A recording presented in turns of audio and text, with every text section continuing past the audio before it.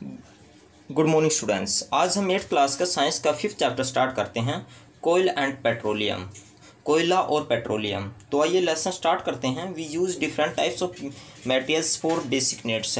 हम अपनी मूलभूत आवश्यकताओं को पूरा करने के लिए विभिन्न प्रकार के मटेरियल्स का उपयोग करते हैं।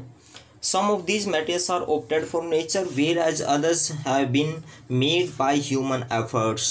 Yes, इनमें से कुछ प्रकृति द्वारा उत्पन्न होते हैं जो पदार्थ हैं, और कुछ मानव के द्वारा स्वयं बनाए जाते हैं। तो इसमें एक एक्टिविटी दी गई है, इसमें नेचुरल मैन मेड, जो भी नेचुरल होते हैं या मैन मेड होते हैं, आप इनको लिख सकते हो। Does your list include air, water, soil and minerals? क्या आपकी लिस्ट में air, water, soil and minerals शामिल हैं? All these substances are obtained from nature. ये जितने भी पदार्थ हैं ये हमको नेचर से प्राप्त होते हैं। So they are called natural resources, इसलिए हम इनको प्राकृतिक संसाधन कहते हैं। Can we use all our natural resources for our? क्या जो हमारे नेचुरल रिसोर्सेज है वो हम हमेशा के लिए प्रयोग कर सकते हैं? Can air, water, soil be exhausted by human activities? Yes.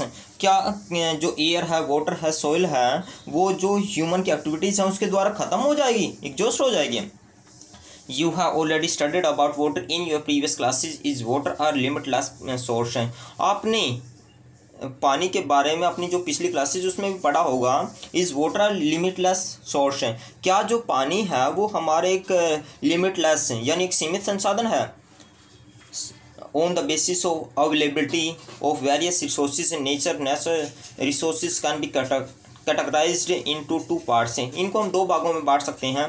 एक है जो नेचुरल रिसोर्सेज होते हैं, एक इनएग्जॉस्टिबल नेचुरल रिसोर्सेज और दूसरा है एग्जॉस्टिबल नेचुरल रिसोर्सेज। एक अक्षय अक्षय प्राकृतिक संसाधन और दूसरा है जो समाप्त होने वाले प्रकार प्राकृतिक संसाधन।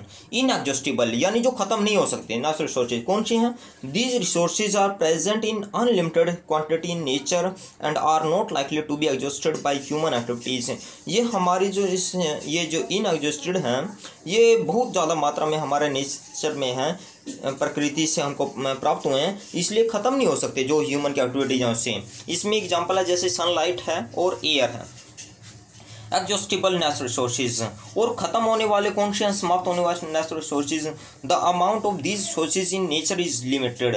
इन पदार्थों की नेचर में जो मात्रा है वो लिमिटेड है, सीमित है। They can be exhausted by human activities. इनको हम ह्यूमन एक्टिविटीज़ के द्वारा ख़त्म कर सकते हैं, एग्जॉस्ट कर सकते हैं, यानी ख़त्म हो सकते हैं। Examples of these resources are forest. ये इनके एग्जाम्पल्स हैं फॉरेस्ट, वाइल्ड लाइफ यानी जंगल है, कोयल, पेट्रोलियम, नेचुरल गैस एटसेट्रा। यहाँ पर एक एक्टिविटी दी गई है 5.2। It is a classroom group activity. देखिए आप क्लासरूम में इस एक्टिविटी को कर सकते हो।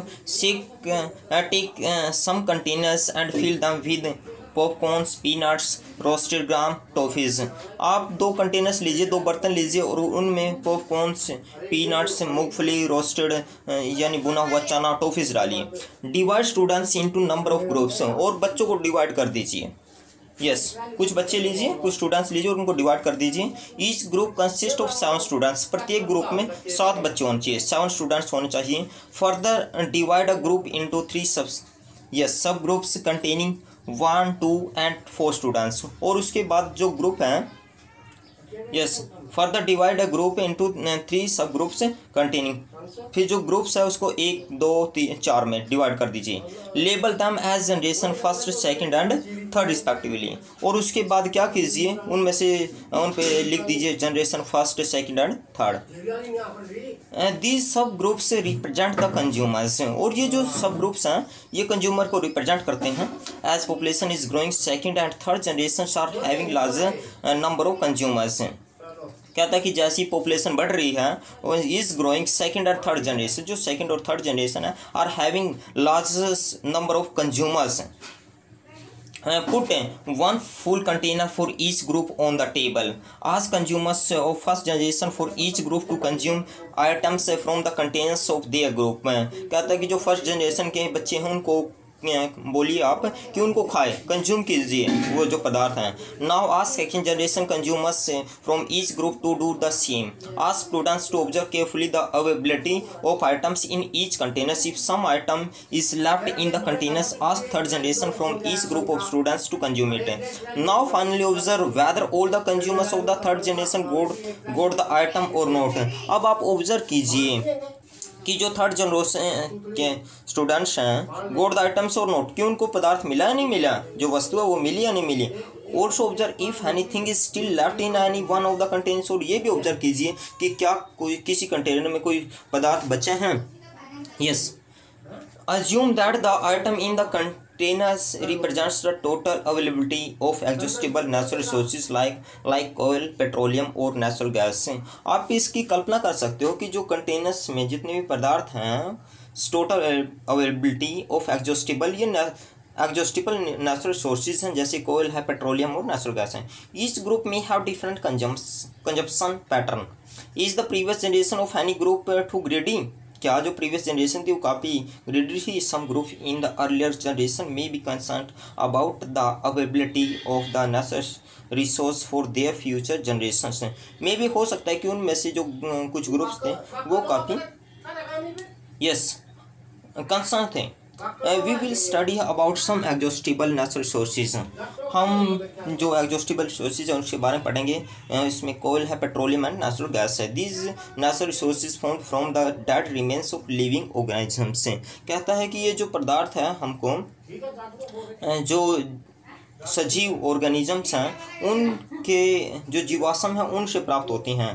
यस, इसलिए इनको जीवाश्म ईंधन भी कहा जाता है। आगे रीड आउट करते हैं। यस, तो सबसे पहले कोयल देखते हैं। Coal is of black colour and it is hard as stone. ये जो कोयल होता है, कोयला होता है, वो ब्लैक कलर का होता है, काफ़ी कठोर होता है, स्टोन की तरह। You can see coal at blacksmith's shop.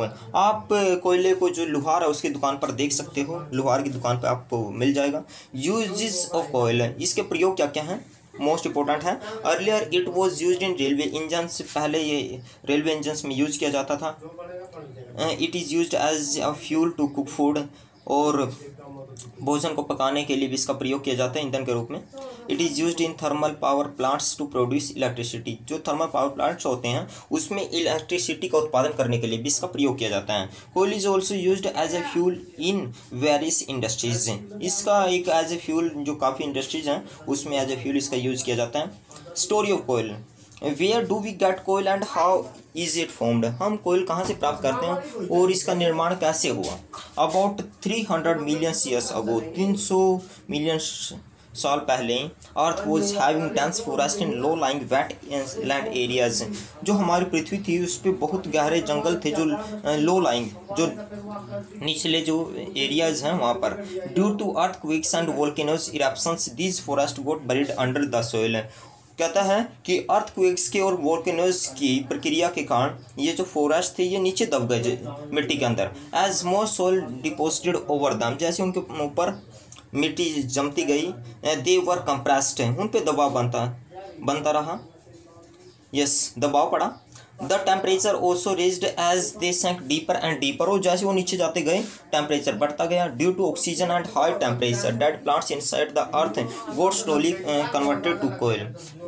Yes, कहते हैं ड्यू टू ऑक्सीजन और हाई टेम्परेचर के कारण जो डेड प्लांट्स थे पृथ्वी के अंदर वो किस में कन्वर्ट हो गए, कोयल में। As coal contains mainly carbon, the slow process of conversion of dead vegetation into coal is called carbonisation. कहता है coal contains mainly carbon. Yes, क्योंकि कोयल के अंदर क्या होता है, कार्बन होते हैं। The slow process of conversion of dead vegetation, जो डेड वेजिटेशन होता है, वनस्पतियाँ होती हैं, उसका जो कन्वर्जन होता है उसको हम कार्बोनाइजेशन कहते हैं, कार्बनीकरण कहते हैं। Since it was found from the remains of vegetation coal is called a fossil fuel. क्योंकि ये वेजिटेशन से प्राप्त होता है इसलिए इसको हम कोयल को फॉसिल फ्यूल भी कहते हैं, जीवाश्म ईंधन भी कहते हैं। A coal mine is shown in figure 5.2। एक इसकी खान दिखाई गई है, मैं दिखा देता हूँ आपको। 5.2 ये रही coal mine. Yes, When heated in air, the coal burns and produces mainly carbon dioxide gas। कहता है कि जब भी इसको गर्म किया जाता है तो इससे कार्बन डाइऑक्साइड गैस निकलती है। Coal is process in the industry to get useful products such as coal tar, coke and coal gas. और कहता है कि इससे हमको कोल तार और कोक और कोल गैस प्राप्त होती है कोयल से। आगे रीड आउट करते हैं। यस, ये कोयले की खान दिखाई गई है, coal mine. Coke, coke is almost pure form of carbon. जो कोक होता है वो कार्बन की प्योर फॉर्म होती है, शुद्ध रूप होता है। It is tough Porsche black substance, काफ़ी टफ होता है, ब्लैक कलर का होता है। Uses Coke is used in the manufacture of steel. Steel का निर्माण करने के लिए, मैन्युफैक्चर करने के लिए इसका प्रयोग किया जाता है। It is used in the extraction of many metals. और कई काफ़ी जो मेटल्स होते हैं उनका निष्कर्षण के लिए भी इसका प्रयोग किया जाता है। कोल तार, कोल तार is a black thick liquid with unpleasant smell. जो कोल तार होता है वो काले रंग का ब्लैक एंड थिक लिक्विड होता है, लिक्विड फॉर्म में होता है। अनप्लेजेंट स्मेल और अनप्लेजेंट एपिलियस स्मेल होती है, गंदी स्मेल आती है। It is a mixture of about 200 substances. और ये मिक्सचर होता है लगभग 200 पदार्थों का। Substances obtained from the coal tar are used as starting materials for manufacturing various materials like. और इस हमको कई मटेरियल्स प्राप्त होते हैं, जैसे सिंथेटिक डाइज हैं, कृत्रिम डाई है, ड्रग्स, मेडिसन्स, दवाइयाँ, औषधि बनाने के लिए इसका प्रयोग किया जाता है। एक्सप्लोसिव, यस, बम वगैरह बनाने के लिए। Perfumes, plastics, paints, roofing materials, graphic materials के लिए भी इसका प्रयोग किया जाता है। To prepare naphthalene, yes, naphthalene balls जो हमारी फिनाइल की गोली होती है उसका उनको बनाने के लिए। विच रिपेल्स इंसेक्ट्स एंड मोथ्स, और जिससे वो जो कीटाणु होते हैं वो भाग जाते हैं, तो उसके लिए भी इसका प्रयोग किया जाता है। Nowadays bitumen a petroleum product is used for melting the roads in place of coal tar. आजकल यस, एक बिटुमन नाम का पदार्थ होता है, पेट्रोलियम प्रोडक्ट, ये पेट्रोलियम का प्रोडक्ट होता है, पेट्रोलियम से निकलता है, इज यूज्ड, उसका प्रयोग किया जाता है। यस, रोड्स में for melting the roads in place of coal tar. यानी कहता है कि इस जो सड़क को बनाने के लिए उसके स्थान पर, कोल तार के स्थान पर इसका प्रयोग किया जाता है। ये कोल तार की पिक है। Yes, coal gas is a by product formed during processing of coal to form coke. ये कोल गैस के बारे में हम कल को रीड आउट करते हैं। तो डियर स्टूडेंट्स, आज के लिए बस इतना ही। ये फर्स्ट पार्ट था, इसको आप ध्यान से देख लेना वीडियो को। फिर भी आपकी कोई क्वेरी है, कोई लाइन, कोई वर्ड नहीं समझ में आया है, you can call and WhatsApp me. Thank you students.